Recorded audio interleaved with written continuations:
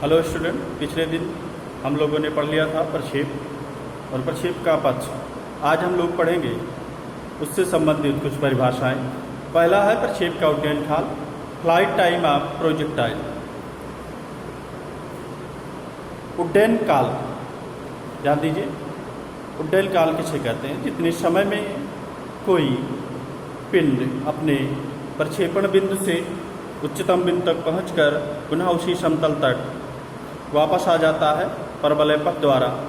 जिस समतल से वह फेंका गया होता है उसे उसका उड्डयन काल कहते हैं। तो फिर से ध्यान दें, जितने समय में पिंड किसी समतल के प्रक्षेपण बिंदु से उच्चतम बिंदु तक पहुंचकर पुनः उच्चतम बिंदु पर पहुंचकर अपने परवलय पथ द्वारा पुनः उसी समतल पर टकराता है, प्रक्षेप का उड्डयन काल कहलाता है। यानी उस पिंड का उड्डयन काल कहलाता है। ध्यान दें, जैसे ये समतल है, ये प्रक्षेपण बिंदु है, तो यहाँ से चले अपने उच्चतम बिंदु तक पहुँचे, उच्चतम बिंदु से पिंड उसी समतल पर आ जाए, तो यही उसका क्या कहलाएगा? इतना समय लगेगा यहाँ से यहाँ तक जाने में, उसको कहते हैं उसका उड्डयन काल। लेकिन ध्यान दें, छंद से फेंका जाता है इसे और पिंड ऐसे आकर गिरे, तो यहाँ से यहाँ तक का समय उड्डयन काल नहीं होगा। यहाँ से यहाँ तक का तो समय उड्डयन काल है क्योंकि उसी समतल पर है। लेकिन यहाँ देखें तो समतल ये है, समतल से फेंका गया और यहाँ से पिंड यहाँ पहुँच रहा है, तो यहाँ से यहाँ तक का समय उड्डयन काल का होगा, यहाँ से यहाँ तक का समय उड्डयन काल कहलाएगा। तो इस बात का आप विशेष ध्यान रखेंगे कि इसी समतल पर पहुँचना चाहिए। उस समतल से नीचे जा रहा है तो वह टाइम उड्डयन काल में सम्मिलित नहीं होता है।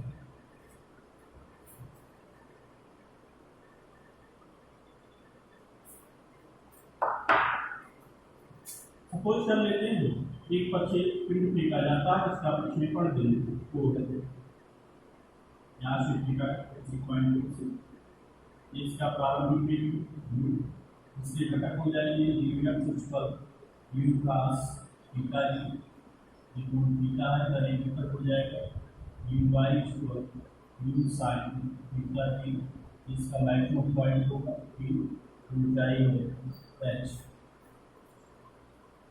ठीक, तो अब सपोज कर लेते हैं कि प्रक्षेपण बिंदु से यहाँ तक जाने में t समय लग रहा है। कितना समय लग रहा है? t समय लग रहा है। अब जब यहाँ पहुँचेगा तो ऊर्ध्वाधर वेग इसका हो जाएगा जी, यानी आप कह सकते हैं कि x के बराबर हो जाएगा यहाँ क्या? 0। तब अब समीकरण लगाएं, b equal u minus G T. कहाँ से कहाँ तक की गति के लिए है?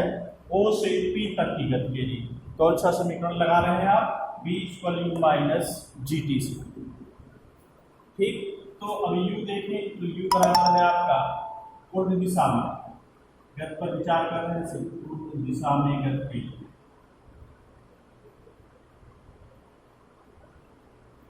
u बराबर हो जाएगा आपका u साइन थीटा जी। ठीक, और b बराबर हो जाएगा 0, तो उच्चतम बिंदु पर भी 0, बाकी मान रखते हैं 0 बराबर हो गया b sine theta 0 minus G T.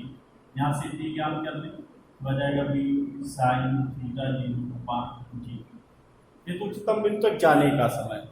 अब कोई पिंड जितने समय में अपने उच्चतम बिंदु तक पहुँचता है, यदि वृत्तीय त्वरण की अधीन गति हो रही है, उतने ही समय में वह उच्चतम बिंदु से उस समतल तक आने में भी समय लेगा। यानी जितना समय नीचे से ऊपर जाने में, उतना ही समय उस उच्चतम बिंदु से उस समतल तक नीचे आने में भी समय लगेगा। तो अतः उड्डयन काल जो होगा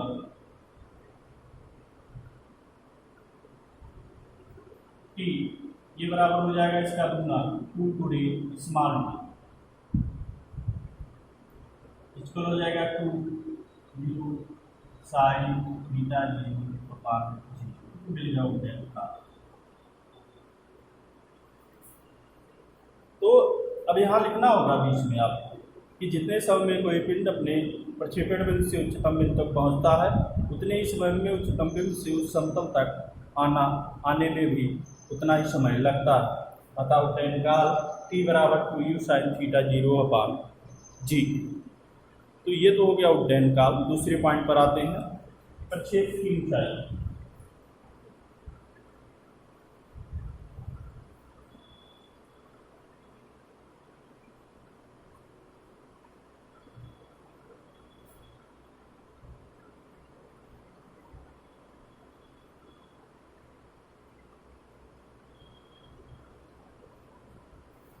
प्रक्षेप की ऊंचाई, हाइट ऑफ प्रोजेक्टाइल।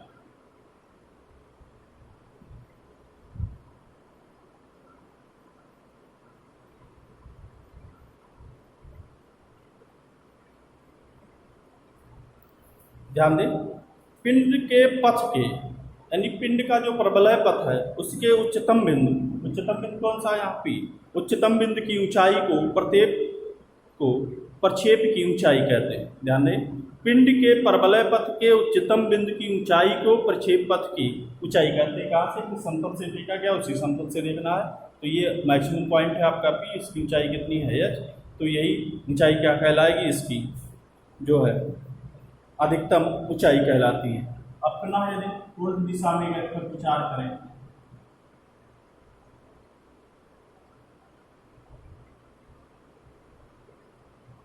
ऊर्ध्व दिशा में गति के लिए, तो यहाँ भी u बराबर होगा u साइन थीटा u,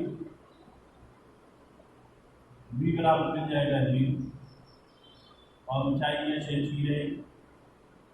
समीकरण कौन सा लगाएंगे आप, v स्क्वायर बराबर u square minus 2g h से जीरो हो गया, इसका मान हो गया u साइन थीटा जीरो का whole square minus 2g h बराबर यहाँ से मिल जाए u square sine square theta g, इसलिए h बराबर मिल जाएगा u square sine square theta zero by 2g। ये मिल गया प्रक्षेप पथ की अधिकतम ऊंचाई। ठीक, अब यदि आपको चाहिए एच मैक्स अधिकतम ऊंचाई चाहिए, एच मैक्स चाहिए तो एच मैक्स अधिकतम ऊंचाई के लिए किस पर निर्भर करवाया, कोण पर। कौन से कोण पे, साइन थीटा पर। तो साइन थीटा का मान मैक्सिमम कब हो जाता है, जब थीटा बराबर क्या हो, 90 डिग्री। क्या हो, थीटा बराबर 90 डिग्री। एच मैक्स के लिए थीटा बराबर थीटा जी बराबर क्या होना चाहिए, 90 डिग्री। तो इस स्थिति में एच मैक्स बराबर मिल जाएगा u square sine square theta g upon 2g, या एच मैक्स इक्वल मिल जाएगा आपको u स्क्वायर बाई 2g। ये अधिकतम ऊंचाई के लिए फार्मूला। यानी अधिकतम ऊंचाई के लिए पिंड को किस कोण पर फेंका जाए, ऊर्ध्वाधरता ऊपर की ओर फेंका जाए। तो यदि पिंड को ऊर्ध्वाधरता ऊपर की ओर फेंकते हैं तो पिंड द्वारा प्राप्त ऊंचाई क्या होगी, अधिकतम होगी। आइए अगले पॉइंट पर चलते हैं।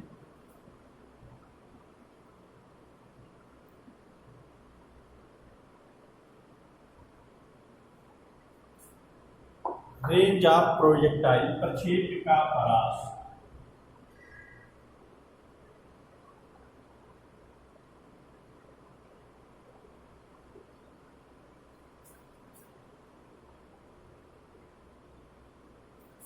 रेंज ऑफ प्रोजेक्टाइल,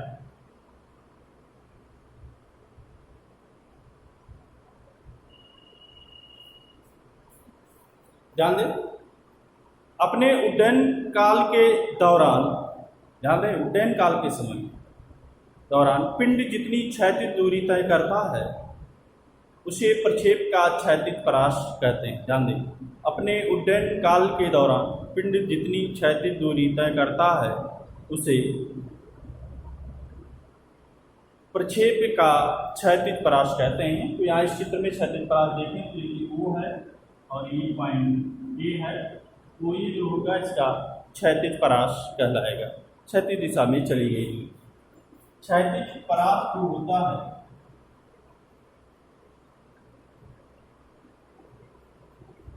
बराबर होता है, ध्यान दें, क्षैतिज वेग गुणे उड्डयन काल। क्षैतिज वेग क्या है, ux, उड्डयन काल क्या है, फिर ux का मान u cos theta G T का मान पीछे याद किया था 2u sine theta g upon जी। इसका इससे जुड़ा हुआ यू स्क्वायर हो गया, बाकी लिखिए तो 2u नहीं रहेगा, 2 sine theta zero into cos theta g upon g. 2 sine theta into cos theta बराबर होता है साइन 2 थीटा के, तो हो गया u square sine 2 theta zero upon g. ये मिल गया परास, प्रक्षेप का परास मिल गया। अब यदि आर मैक्स चाहिए, आर मैक्स के लिए अधिकतम परास चाहिए, तो थीटा बराबर कितना होना चाहिए यहाँ से, आर मैक्स के लिए 2 थीटा बराबर होना चाहिए साइन थीटा का मान मैक्सिमम होना चाहिए। साइन थीटा का मान मैक्सिमम कब होगा, जब थीटा इक्वल हो जाए आपका 90 अंश। तो थीटा तो है नहीं, 2 थीटा है, 2 थीटा की वैल्यू बराबर कितना हो जाए यहाँ 90 अंश। तो 2 थीटा जीरो बराबर 90 अंश, आर थीटा जीरो बराबर क्या हो जाएगा 90 का आधा यानी 45। तो इस स्थिति में आर मैक्स मिल जाएगा, यहाँ पर 90 अंश रखने के 90 का मान हो जाएगा ये, वो आ जाएगा यू स्क्वायर बाई जी। ये मिल जाएगा आपको मैक्सिमम परास। तो मैक्सिमम परास के लिए पिंड को किस कोण पर फेंका जाना चाहिए, तो 36 से 45 अंश के कोण पर फेंका जाए। इसका उपयोग भी है, जैसे जब कोई लंबी कूदने में खिलाड़ी कूदने के लिए कूदता है तो अधिक से अधिक क्षैतिज परास को तय करना होता है, तो उस स्थिति में वह खिलाड़ी पृथ्वी से 45 अंश के कोण पर उछलता है, पृथ्वी से 45 अंश के कोण पर उछलता है। और यदि वह पृथ्वी से 45 अंश के कोण पर उछलता है तो उस स्थिति में उसका परास अधिकतम होगा, यानी लंबी कूद में वह अधिक दूरी कूद सकता है। अब आइए आगे देखते हैं कि इन दो कोणों पर प्रक्षेप का परास समान है।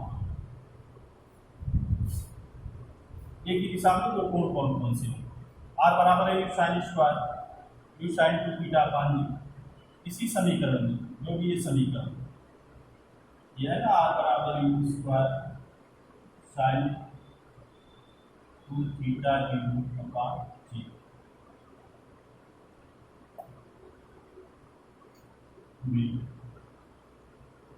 जो कोण है 2 थीटा, इसी को यदि हम रख दें 90 माइनस 2 थीटा, थीटा बराबर 90 माइनस थीटा जी रखने पर आर दूसरा आर मिल जाएगा, आर बराबर मिल जाएगा u square sine 2 90 minus theta g upon g equal u square sine 2 अंदर चला गया 180 माइनस 2 थीटा जी, उससे जुड़ा हो गया upon g equal u square sine 180 minus theta बराबर 2 थीटा जी अपान जी। यानी परास हो ही रही, परास क्या मिला सेक, यानी चाहे कोण थीटा हो या 90 माइनस थीटा, दोनों स्थितियों में परास सेम मिले। वही चाहे कोण आपका थीटा है या 90 माइनस थीटा जीरो, दोनों स्थितियों में परास की वैल्यू में कोई परिवर्तन नहीं होगा। यानी समान परास के लिए यदि एक कोण थीटा जीरो है तो दूसरा 90 माइनस थीटा जीरो होगा, कितना होगा 90 माइनस थीटा जीरो। अब जैसे इसका उदाहरण देख लीजिए, यदि एक कोण थीटा जीरो बराबर 15 अंश, तो समान परास के लिए दूसरा कोण हो जाएगा, जैसे एक कोण है थीटा जीरो 15 अंश, तो दूसरा कोण हो जाएगा 90 में से घटा लेना है 90 माइनस 15 यानी 75 अंश। चाहे कोण आप पिंड 15 अंश के कोण पर फेंकें या 75 अंश के कोण पर फेंकें, दोनों में प्रक्षेप का जो परास होगा वो सेम होगा। आगे देखते हैं प्रक्षेप पथ के परवलयाकार होने की सीमाएं।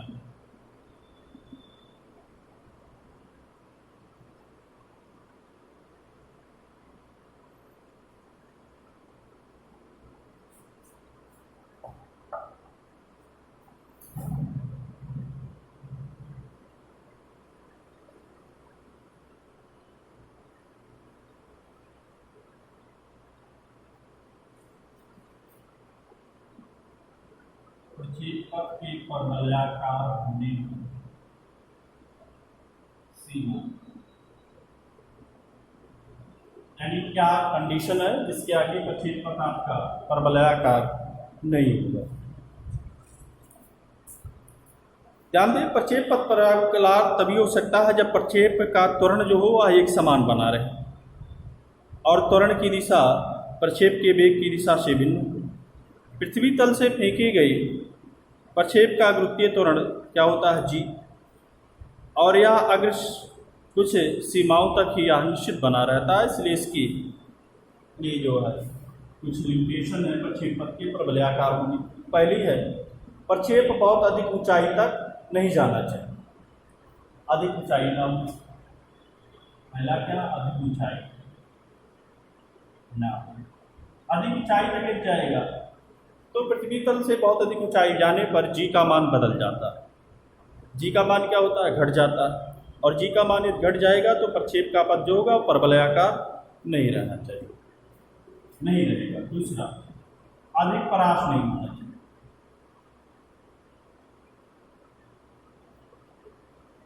अधिक परास होना भी सेम कारण है। यदि प्रक्षेप का पथ बहुत अधिक प्रक्षेप पथ का परास बहुत ज़्यादा होगा तो इसमें पृथ्वी तल के भिन्न भिन्न बिंदुओं पर भी जी का मान भिन्न भिन्न होता है, यानी जी का मान बदलता रहता है, और जी का मान बदलेगा तो प्रक्षेप का पथ भी पुनः परवलयाकार नहीं रहेगा। वेग अधिक नहीं होना चाहिए। तीसरा, वेग अधिक ना हो। वेग अधिक ना हो इसका तात्पर्य वेग,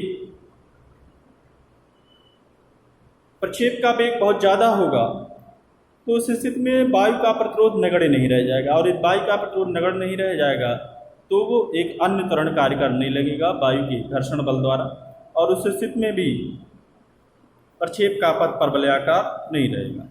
तो प्रक्षेप पथ परवलयाकार होने की ये शर्त है, पहला कि प्रक्षेप बहुत अधिक ऊंचाई तक नहीं जाना चाहिए, अन्यथा जी का मान क्या होगा, घट जाएगा। दूसरा, प्रक्षेप का परास बहुत अधिक नहीं होना चाहिए, अतः जी का मान बदल जाएगा। तीसरा, प्रक्षेप का प्रारंभिक वेग बहुत अधिक नहीं होना चाहिए, अन्यथा वायु का प्रतिरोध नगण्य नहीं रहेगा। तो ये प्रक्षेप पथ के परवलयाकार होने की सीमाएं, और इस तरह से अब आपका ये चैप्टर समाप्त हो गया। ये कह सकते हैं सदिश विश्लेषण एवं प्रक्षेप गति।